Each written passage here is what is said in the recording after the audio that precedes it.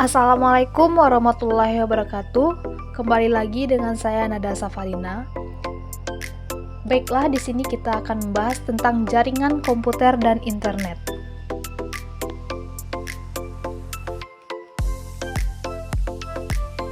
Jaringan komputer. Jaringan komputer adalah sebuah arsitektur di mana dua atau lebih komputer terhubung satu sama lain dan digunakan untuk berbagi data. Berdasarkan pada jangkauan areanya, jaringan komputer dapat dibagi menjadi dua jenis, yaitu jaringan lokal dan jaringan internet. Jaringan lokal biasanya hanya mencakup area yang terbatas, sedangkan jaringan internet memiliki jangkauan yang lebih luas bahkan lintas negara.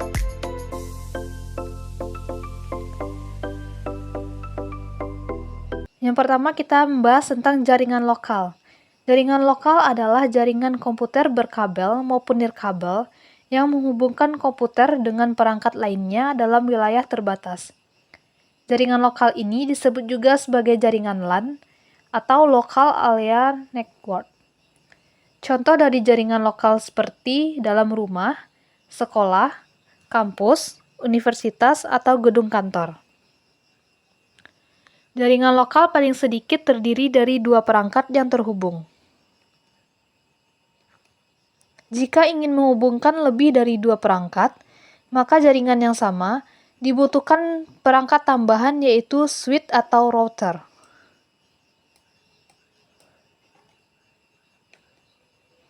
Switch atau router adalah perangkat keras jaringan yang menghubungkan perangkat di jaringan komputer dengan menggunakan paket switching untuk menerima dan meneruskan data dari suatu perangkat ke perangkat tujuan.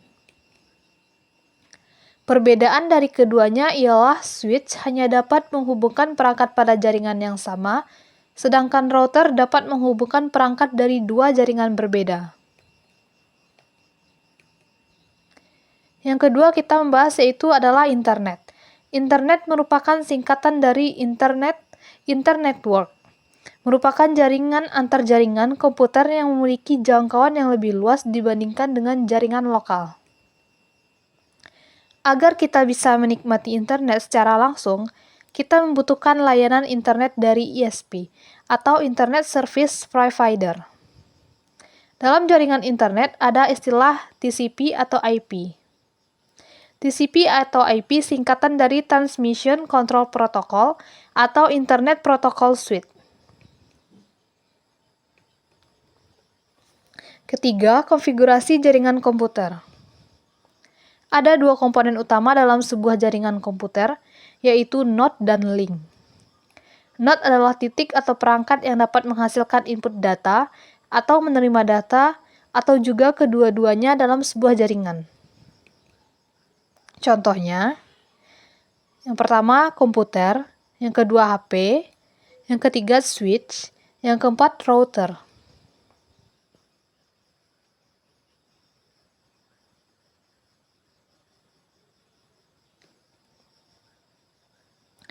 Link adalah jalur transmisi data atau informasi antar node. Link ini berupa hubungan antara node yang satu dan node yang lainnya dalam sebuah jaringan.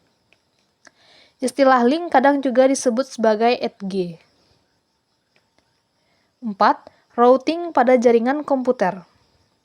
Routing pada jaringan komputer merupakan sebuah mekanisme pengiriman paket data dari satu perangkat ke perangkat yang lain. Rute terbaik biasanya merupakan jalur terpendek yang dapat dilalui. Perhatikan gambar berikut ini. Misalnya, kita ingin mengirim data dari komputer B ke komputer D. Akan ada banyak jalur ya kan? Tapi bisakah kalian simpulkan jalur mana yang terbaik? Ingat, jalur yang terbaik itu jalur yang terpendek. Jadi, jalur yang terbaik tentu saja dari komputer B ke router 1, lalu ke router 4, lalu ke komputer D. Selanjutnya kita membahas yaitu komunikasi data pada ponsel. Saya yakin ya semuanya pasti pada punya smartphone atau ponsel kan? Pernah nggak sih saya pikirkan bagaimana posisi kita itu bisa mendapatkan sinyal? untuk dapat digunakan sebagai alat komunikasi ponsel, memerlukan suatu elemen jaringan seluler yang berperan penting sebagai pemancar penerima sinyal dari pasar, yaitu BTS atau Base Transceiver Station. BTS adalah suatu infrastruktur telekomunikasi yang memfasilitasi komunikasi nirkabel antara perangkat komunikasi dan jaringan komputer. Dalam satu kota atau wilayah, terdapat banyak BTS.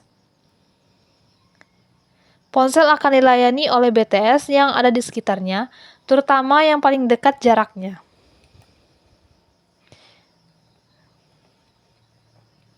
Seperti gambar di atas, maka ponsel akan menangkap dari BTS A karena yang terdekat. Nah, ada juga nih beberapa faktor yang mempengaruhi kekuatan sinyal, yaitu yang pertama, jarak dari BTS semakin dekat sinyal semakin kuat, semakin jauh sinyal semakin lemah. Yang kedua, material bangunan. Kalau material yang terbuat dari baja atau beton, itu melemahkan sinyalnya, karena sinyalnya terhalang. Yang ketiga, halangan. Pada dasarnya semua jenis halangan akan mempengaruhi kekuatan sinyal, apalagi apabila tidak ada halangan sama sekali seperti di lapangan terbuka, sinyal akan semakin kuat.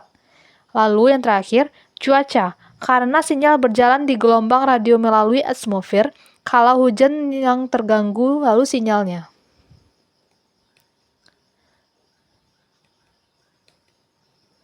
Selanjutnya, terhubung ke internet dengan aman.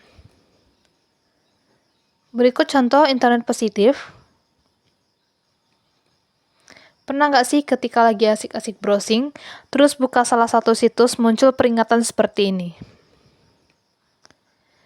Internet positif merupakan salah satu program pemerintah yang bertujuan untuk melindungi kita. Situs-situs yang terblokir merupakan situs yang tidak layak untuk diakses karena berisi konten negatif, yang biasanya membahayakan pengguna, seperti pornografi, judi, sara, proxy, dan phishing. Semuanya berbahaya, apalagi yang terakhir. Tahukah kalian tentang web phishing? Phishing adalah suatu metode untuk melakukan penipuan dengan menggelabui pengguna dengan maksud untuk mencuri data pengguna. Web phishing merupakan situs palsu yang menyerupai situs aslinya.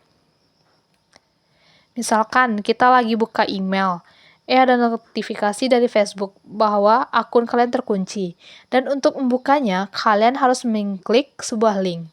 Lalu ketika diklik, tampilannya benar-benar sama persis nih seperti Facebook. Padahal kalau kalian teliti pada bagian 1, alamat atau addressnya bukan dari Facebook. Biasanya kan diakses melalui facebook.com. Nah, pas kita klik link dari email phishing itu, situsnya ternyata facebook.similikity, ini jangan diklik.com.